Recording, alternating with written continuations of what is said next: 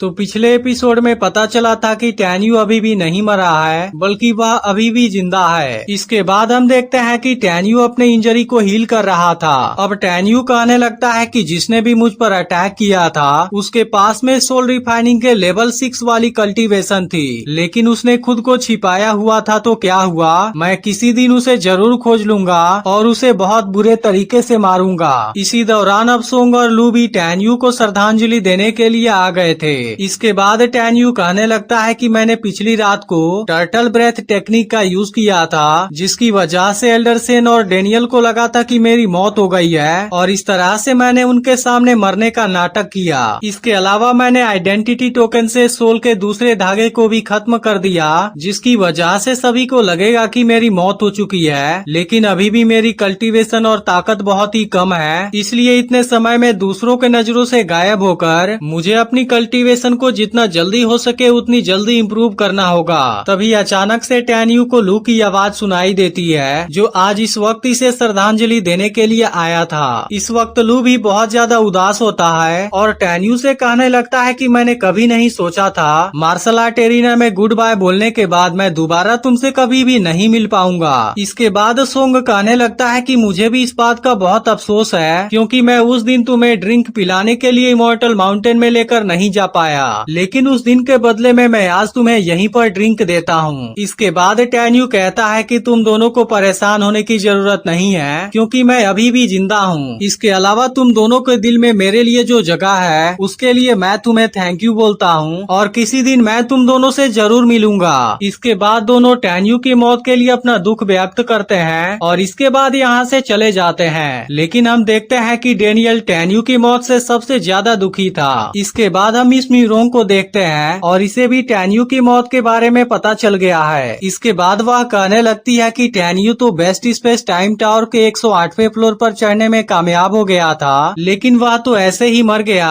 और हम देखते हैं कि मिस मीरोंग को इस बात से बहुत ही ज्यादा खुशी मिल रही थी। इसके बाद वह कहने लगती है कि शुरुआत में इनर गेट के भी सभी चीफ को लगा था कि टैन्यू एक लूजर है, जिसकी वजह से उस वक्त उस पर किसी ने भी ध्यान नहीं दिया। इसके अलावा मैंने भी कभी नहीं सोचा था कि वह तो एक जीनियस है। और इसके बाद मिस मीरोंग जोर जोर से हंसने लगती है और फिर कहने लगती है कि मिस मिंग को लगा होगा कि उसे एक ट्रेजर मिल गया है। इसके बाद मिस मीरोंग कहने लगती है कि मुझे कुछ देर के बाद मिस मिंग से किसी चीज के बारे में बात करनी है, और इस तरीके से मैं सियाओ को अपने टूल डिवीजन में रख लूंगी। इसके बाद हम चांगकोंग को देखते हैं, जो अपने मरे हुए ग्रैंडसन से कहता है कि टैन्यू मर चुका है, इसलिए अब तुम्हारी आत्मा को शांति मिल जाएगी, लेकिन इसके बावजूद भी मुझे अफसोस है कि मैं खुद उसे नहीं मार पाया। इसके बाद हम एक और चीफ को देखते हैं, जो अपने मरे हुए बेटे से कहता है कि अब तो तुमने भी देख लिया होगा, क्योंकि टैन्यू मर चुका है, और इस बात से यह चीफ भी बहुत ज्यादा खुश होता है। इसके बाद हम देखते हैं कि मेंग्यान किसी जगह पर कल्टीवेशन प्रैक्टिस कर रही थी, लेकिन उसे अभी भी टैन्यू के मौत के बारे में कुछ भी पता नहीं था। इसके अलावा हम यहाँ पर एक लड़के को भी देखते हैं, जो लगातार मेंग्यान की ओर ही देखे जा रहा था। तभी अचानक से यहाँ पर बिस्ट सोल डिवीजन का चीफ भी आ जाता है और पता चलता है कि यह लड़का तो असल में इसी का बेटा है। इसके बाद बिस्ट सोल चीफ अपने बेटे से कहता है कि मुझे पता है तुम हर रोज उसे देखने के लिए यहाँ पर आते हो, लेकिन आखिर इसका फायदा क्या है। लेकिन मैं अभी अभी तुम्हारे लिए एक खुशखबरी लेकर आया हूँ। जिसके बाद लड़का भी इसके बारे में पूछने लगता है। तब चीफ इसे टैन्यू के मौत के बारे में बताता है, जिसे सुनकर इसका बेटा भी हैरान हो जाता है। लेकिन अब बिस्ट सोल चीफ इसे शांत रहने के लिए कहता है, क्योंकि वह नहीं चाहता था कि मेंग्यान को टैन्यू के मौत के बारे में पता चले।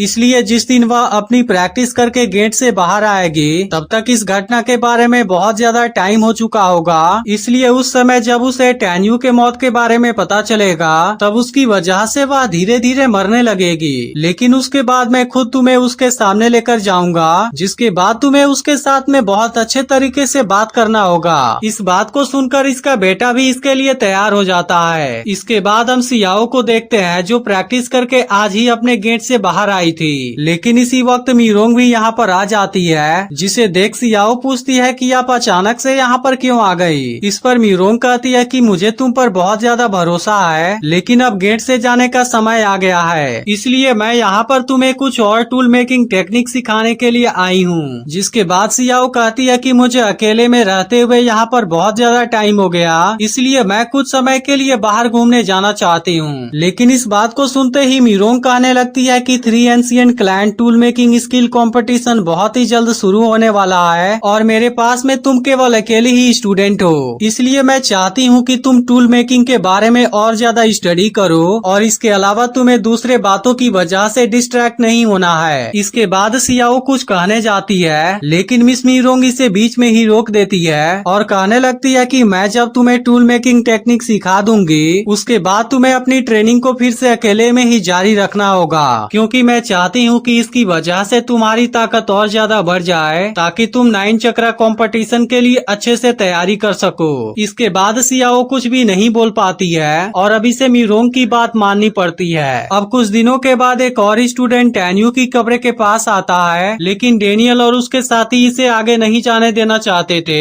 और कहने लगते हैं कि टैन्यू को तुम्हारे रिस्पेक्ट की कोई भी जरूरत नहीं है, इसलिए अच्छा होगा कि तुम यहाँ से चुपचाप चले जाओ। जिसके बाद स्टूडेंट कहने लगता है कि मुझे तो लगता है तुम दोनों की बॉडी में खुजली होने लगी है, क्योंकि मैं भी तो टैन्यू के लिए अगरबत्तियां जलाने के लिए आया हूँ, लेकिन अभी भी तुम्हारी इतनी हिम्मत है कि तुम मुझे रोकना चाहते हो। लेकिन डेनियल अभी भी इसे आगे नहीं जाने देता और कहने लगता है कि जब तक टैन्यू जिंदा था तब तक तुम यहाँ आने से डरते थे, लेकिन आज जब टैन्यू यहाँ पर नहीं है तब आज तुम यहाँ पर आए हो, आखिर इसका मतलब क्या है। लेकिन इसके अलावा मिस विंग ने भी ऑर्डर दिया है कि कोई भी हैंडीमैन स्टूडेंट के साथ में बदतमीजी नहीं कर सकता, इसलिए तुम हमें छूने की कोशिश मत करना। जिसके बाद स्टूडेंट कहता है कि मैं तो केवल टैन्यू के लिए अगरबत्तियां जलाना चाहता हूँ, लेकिन इसके अलावा मेरा कोई दूसरा मतलब नहीं है। लेकिन इसके बाद भी अगर तुम मुझे आगे नहीं जाने दोगे तब उसके बाद मैं तुम्हारे साथ में इतने नम्रता से बिहेव नहीं करूँगा, इसलिए तुम्हारे लिए भी अच्छा होगा कि तुम रास्ते से तुरंत हट जाओ। इसके बाद वह स्टूडेंट टैन्यू की कब्र के सामने आ जाता है और कहने लगता है कि टैन्यू आखिर तुम इस तरीके से कैसे मर सकते हो, लेकिन अब अगर तुम्हारे अंदर इतनी हिम्मत है तो बाहर आ जाओ और मेरे साथ में फाइट करो।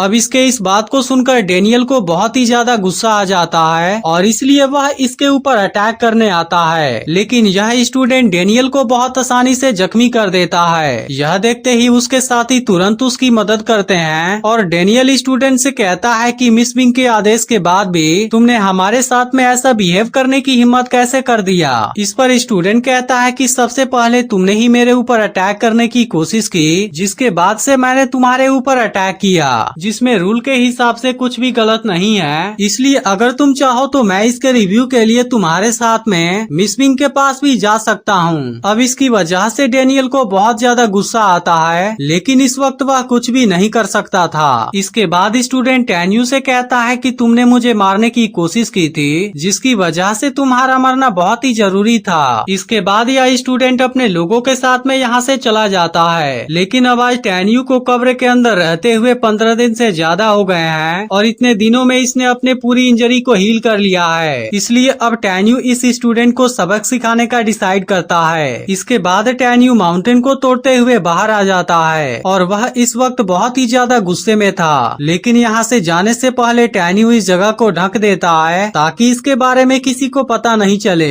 इसके बाद टैन्यू अपना भेष बदल लेता है और तुरंत ही उस स्टूडेंट को खोजने निकल जाता है जिसने अभी अभी इसकी बेइज्जती की थी। अब इसके कुछ देर बाद टैन्यू इन सभी के सामने आ जाता है और अपने एक अटैक में ही इसके सभी लोगों को मार देता है। अब यह देखते ही स्टूडेंट हैरान हो जाता है, लेकिन अगले ही पल टैन्यू इसकी गर्दन पकड़ लेता है, जिसके बाद स्टूडेंट कहने लगता है कि आखिर आप हैं कौन। तब टैन्यू कहता है कि एक बार ध्यान से देखो और इसके बाद वह अपने असली रूप में आ जाता है। अब इसे देखते ही स्टूडेंट की हालत बहुत ज्यादा खराब हो जाती है और वह टैन्यू को जिंदा देख बहुत ज्यादा हैरान हो जाता है। जिसके बाद एपिसोड यहीं पर एंड हो जाता है। लेकिन अगर आपने इसके पिछले एपिसोड को मिस कर दिया हो तो लेफ्ट वाली वीडियो जरूर देख लेना और चैनल को भी सब्सक्राइब करके नोटिफिकेशन को ऑल पर सेट कर देना।